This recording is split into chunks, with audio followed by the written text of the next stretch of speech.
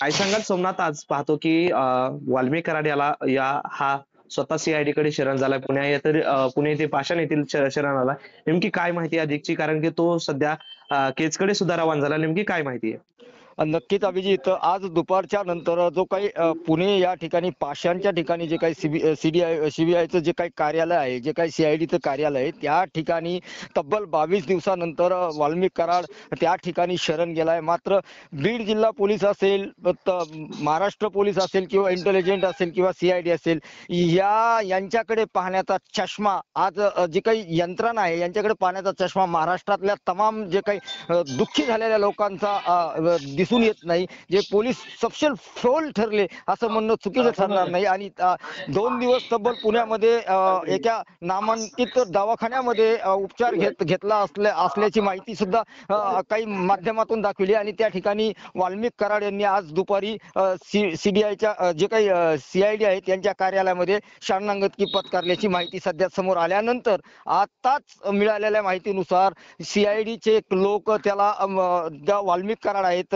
त्या प्रकरणामधले काही अनेक गुन्हेगार आहेत, अशा लोकांच्या माध्यमातून ते सध्या केजकडे रवाना होत असल्याची माहिती सध्या मिळत आहे. अभिजित, नेमकं काय सांगाल सोमनाथ? सध्या पाहतो की जी गाडी होती ती बीड जिल्ह्यातील गाडी, ज्या गाडीने वाल्मिक कराडने प्रवास केला तो बीड जिल्ह्यातीलच गाडी. नेमकी ही गाडी कोणाची असू शकते?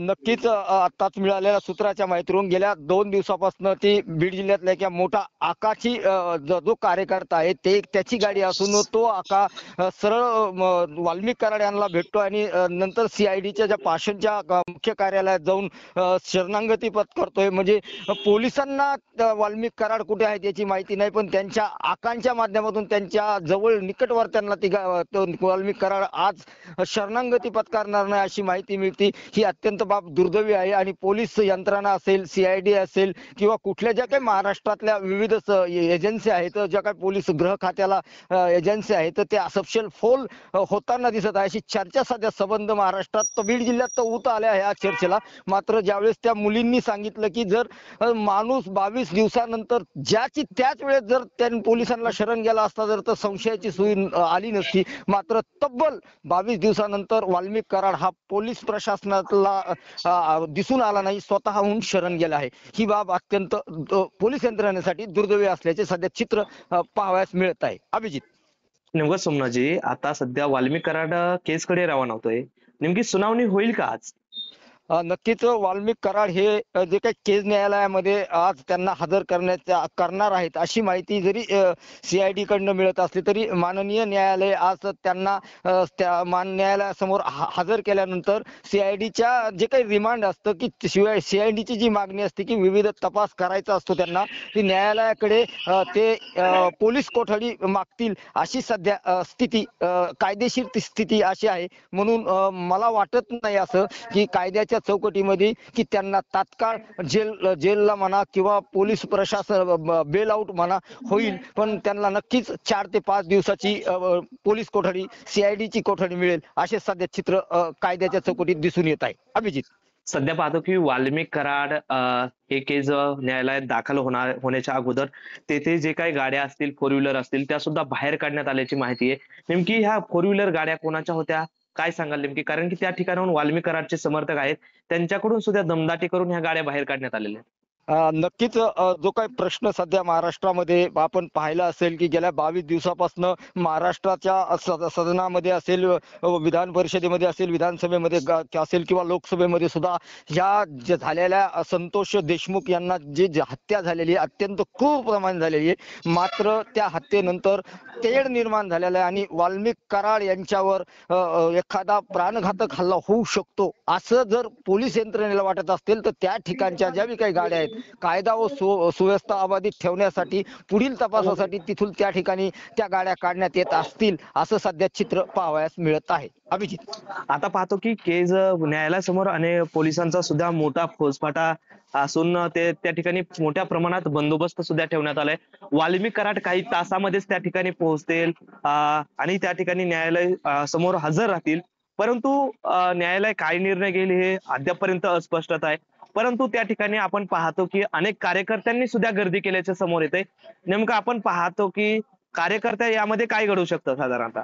नक्कीच अभिजित, आपल्याला आपल्याला आपल्याला चांगलं ज्ञात असेल, पोलीस प्रशासनाला अगोदरच जे इंटेलिजंट ब्युरो आहे त्यांना अगोदरच ज्ञात आहे की वाल्मिक कराड यांना सपोर्ट करणारे कार्यकर्ते त्या ठिकाणी असतील आणि काल वाल्मिक कराडांचा विरोध करणारे कार्यकर्ते त्या ठिकाणी असतील.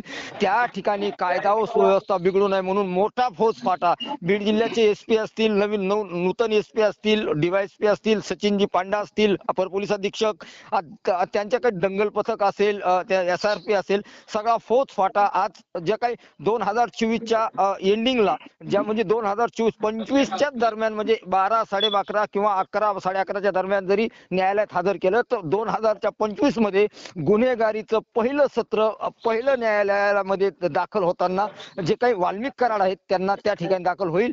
कुठलाही कायदा सुव्यवस्था बिघडू नये म्हणून दोन्ही गटाचे लोक त्या ठिकाणी उपस्थित असतील आणि पोलिसांसमोर मोठं आव्हान या वाल्मिक कराडामुळे त्या ठिकाणी उपस्थित होऊ शकतं, म्हणून पोलीस प्रशासनाने चोख बंदोबस्त ठेवल्याचे चित्र सध्या पाहावयास मिळत आहे. अभिजित, सरपंच संतोष देशमुख यांची हत्या होऊन आज 22 दिवस पूर्ण होत आहे सोमनाथजी.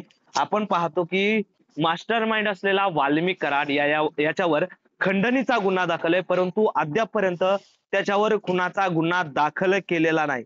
परंतु आता न्यायालयासमोर हजर केल्यानंतर नेमका काय निर्णय होईल हे अद्याप अस्पष्टच आहे. परंतु वाल्मिक कराड याला पोलीस कोठडी द्यावी आणि त्याच्यावर खुनाचा गुन्हा दाखल करावा अशी मागणी करण्यात येते. परंतु आपण पाहतो की त्यांचीच मुलगी असणारी जी काय वैभवी देशमुख आहे, सरपंच संतोष देशमुख यांची मुलगी असणारी वैभवी देशमुख, हिनं सांगितलं की पोलीस नेमकं करतात तरी काय, कारण की तिच्या वडिलांची हत्या होऊन 22 दिवस झालं. महाराष्ट्रामध्येच वाल्मिक कराड होता, मग पोलिसांना का सापडलं नाही, स्वतः शरण यावं लागलं वाल्मिक कराडला. नेमकं काय प्रकरण आहे, कारण की पोलिसांना ते सापडत नाही आणि थेट वाल्मिक कराडच पोलिसांना शरण येतोय. नक्कीच अभिजित, कागद आणि कायदा जरी एखाद्या आरोपी जरी असला, एखाद्या ह्या घटनेमधला जरी वाल्मिक कराड मास्टर माइंड असं म्हणत असले तरी माननीय न्यायालयासमोर त्यांच्या विरुद्ध CID असतील, पोलीस प्रशासन असेल, कुठले पुरावे त्या ठिकाणी जातात, न्यायालय ते कसं पडताळतं हे पाहणं असेल. जी काही वैभवी देशमुखची जी मागणी आहे ती अत्यंत रास्त असल्याचे चित्र पाहावयास मिळत आहे.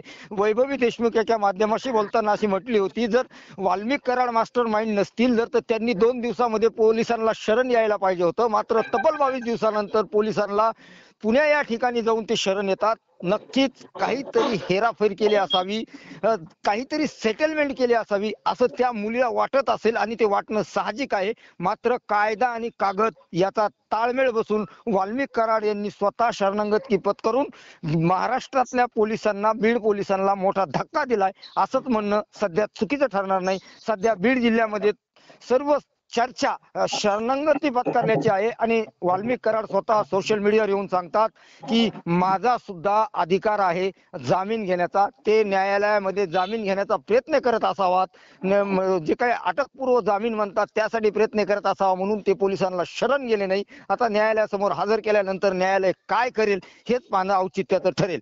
अभिजित, नेमकं आपण पाहतो सोमनाथजी, अजून एक मोठा प्रश्न उमटताना पाहायला मिळतोय, कारण की आपण पाहतो की काल धनंजय मुंडे या बीड जिल्ह्याचे मंत्री, बीड जिल्ह्याच्या परळी विधानसभाच्या मतदारसंघाचे आमदार आणि कॅबिनेट मंत्री असलेले धनंजय मुंडे आणि मुख्यमंत्री देवेंद्र फडणवीस यांच्यामध्ये चर्चा झाली आणि त्यानंतरच वाल्मिक कराड यांना हे स्वतः शरण झाले. नेमके वाल्मिक कराड आणि धनंजय मुंडेंचं कुठंतरी सूत्र जुळतंय का, कारण की अगोदरपासून त्यांचं काही या 22 दिवसामध्ये त्यांचं कॉन्टॅक्ट होतं का, अशी सुद्धा चर्चा सुरू झाली. नेमकं यामध्ये धनंजय मुंडेंची सुद्धा CDR तपासाव अशी सुद्धा मागणी केली जाते. नक्कीच अभिजित, आपण पाहिलं असेल ज्या वेळेस पावसाळी अधिवेशनामध्ये नागपूर या ठिकाणी सभागृहामध्ये बोलत असताना मुख्यमंत्र्यांनी असे शब्द म्हटले होते की जे काही वाल्मिक कराड आहेत त्यांच्यावर खंडणीचा गुन्हा आहे, त्यांचे सर्वांसोबत संबंध आहेत. स्वतः देवेंद्र फडणवीस म्हणले माझ्यासोबत फोटो आहेत, अजितदादांसोबत फोटो आहेत, शरद पवार साहेबांसोबत फोटो आहेत. म्हणजे त्या वाल्मिक कराडांचा सर्व नेत्याशी संबंध असल्या कारणाने संबंध, त्या फोटो काढणं वेगळं आणि गुन्हा करणं वेगळं. त्यांच्यावर खंडणीचा गुन्हा आहे आणि त्या संतोष देशमुख यांच्या प्रकरणामध्ये ज्या वेळेस CBI तपास करेल त्यामध्ये काय आढळून आल्यानंतर त्यांच्यावर कोर्ट काय निर्णय घेईल हे सध्या महाराष्ट्राचं लक्ष सध्या त्या प्रकरणावर प्रकरणाकडे लागून आहे. मात्र 2025 मध्ये बीड जिल्ह्यामध्ये कुठेही अनुसूचित प्रकार घडू नये म्हणून नूतन जे काही एसपी आहेत कानावत हे सध्या कावत हे सध्या नजर ठेवून आहेत आणि त्यामुळे कायदा व सुव्यवस्था चोख बंदोबस्त ठेवण्याचे चित्र सध्या तरी पाहावयास मिळत आहे. मला असं वाटतं की येणाऱ्या काही तासामध्ये सर्व चित्र स्पष्ट होईल. आपण यावर परत महाराष्ट्राला काय घडामोडी घडल्यात हे स्पष्ट करू. तोपर्यंत वाट पाहावी लागेल. वाल्मिक कराड यांना केज न्यायालयासमोर हजर केल्यानंतर नेमकं काय होतंय हेच पाहणं सध्या औचित्याचं ठरेल. अभिजित. कराड शरण येणं हे सरकारचं यश असल्याचं सुद्धा सुरेश दसाने म्हणलंय. नेमकं सरकारचं यश की वाल्मिक कराडचं यश? नक्कीच यश हे संपूर्ण सरकारचं अपयश आहे. पोलीस यंत्रणेचं अपयश आहे. कायद्याच्या चौकटीमध्ये वाल्मिक कराडांना असं दिसून आलं, असं त्यांनी पडताळलं. या 22 दिवसामध्ये विविध जे काही विधिज्ञ त्यांच्याशी चर्चा केल्यानंतर जो काही सध्या रस्त्यावर लोक आलेले आहेत, विविध पक्षाच्या लोकांनी आंदोलन केलेलं आहे, रस्ता रोको केलेला आहे, आंदोलन केलेले आहेत, त्यामुळे सध्या जनतेचा रेटा पाहिला असता वाल्मिक कराड यांच्या समोर दुसरा पर्याय नव्हता. म्हणून वाल्मिक कराड हे स्वतःहून सीआयडीच्या ऑफिसमध्ये जाऊन त्यांनी शरणगत पत्कारली आणि हे सपशेल जर म्हणत असतील सरकारचं यश आहे तर हे सध्या गेवराई असेल, बीड असेल, माजलगाव असेल, परळी असेल, ह्या लोकांच्या पचनी पडत नाही. लोकांमध्ये अशी चर्चा आहे सरकार असेल किंवा प्रशासन असेल हे चक्क वाल्मिक कराडच्या संदर्भामध्ये फोल ठरलेला आहे आणि वाल्मिक कराड यांनी शेवटी बाजी मारण्याचा प्रयत्न केलाय आणि ते सध्या सरकारने याचं श्रेय कुठेही लाटू नये अशी सुद्धा चर्चा कुच्चर ओट्यावर होताना दिसत आहे. अभिजित. कारण की आपण पाहतो की बीड जिल्ह्यातीलच वाल्मिक कराड आहेत आणि ती पण बीडचीच गाडी आहे. ज्या गाडीतून वाल्मिक कराड शरण आले ती बीडचीच गाडी आहे. नेमकं हे अगोदर कारण की आपण पाहतो की ते उज्जैन वगैरे वाल्मिक कराड फिरायला गेले, देवाला गेलं असं सुद्धा म्हटलं जातंय. नेमकं वाल्मिक कराडासोबत त्यांचे जे काय अक्कलकोटवरून वाल्मिक कराड आले त्यांच्यासोबत जे काही त्यांचे बॉडीगार्ड होते ते पोलीस बॉडीगार्ड होते. मग वाल्मिक कराड 9 तारखेला संतोष देशमुखांची हत्या करण्यात आली. त्यानंतर जी काही फेसबुक पोस्ट असेल वाल्मिक कराडची, त्यानंतर उज्जैनची त्यांची पोस्ट आहे, फिरायला गेले, अक्कलकोटची पोस्ट आहे. काय नेमकं यातील सत्यता काय? बॉडीगार्डला अटक का? बॉडीगार्ड कारण की पोलीस प्रशासनाचेच ते बॉडीगार्ड आहेत असणारे, परंतु पोलीस प्रशासनानं आदेश का दिला नाही वाल्मिक कराडला अटकाला? कारण की खंडणीचा गुन्हा तर अगोदर पासून दाखल आहे वाल्मिक कराडवर, मग अटक का केलं नाही?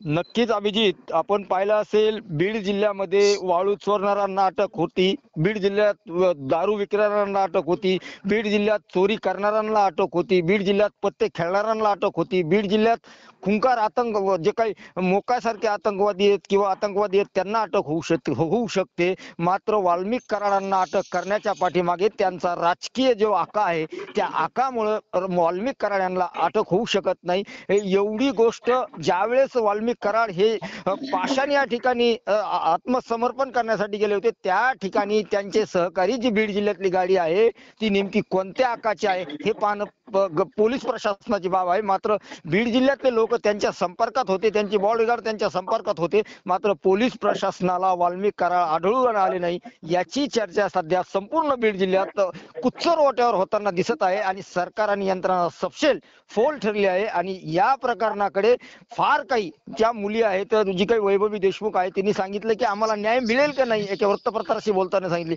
आम्हाला न्याय मिळेल असं आम्हाला वाटत नाही. जर न्याय मिळायचा असता तर त्या 2 दिवसानंतर वाल्मिक कराड यांना पोलिसांनी त्याच्या मुसक्या आवळल्या असत्या. मात्र पोलीस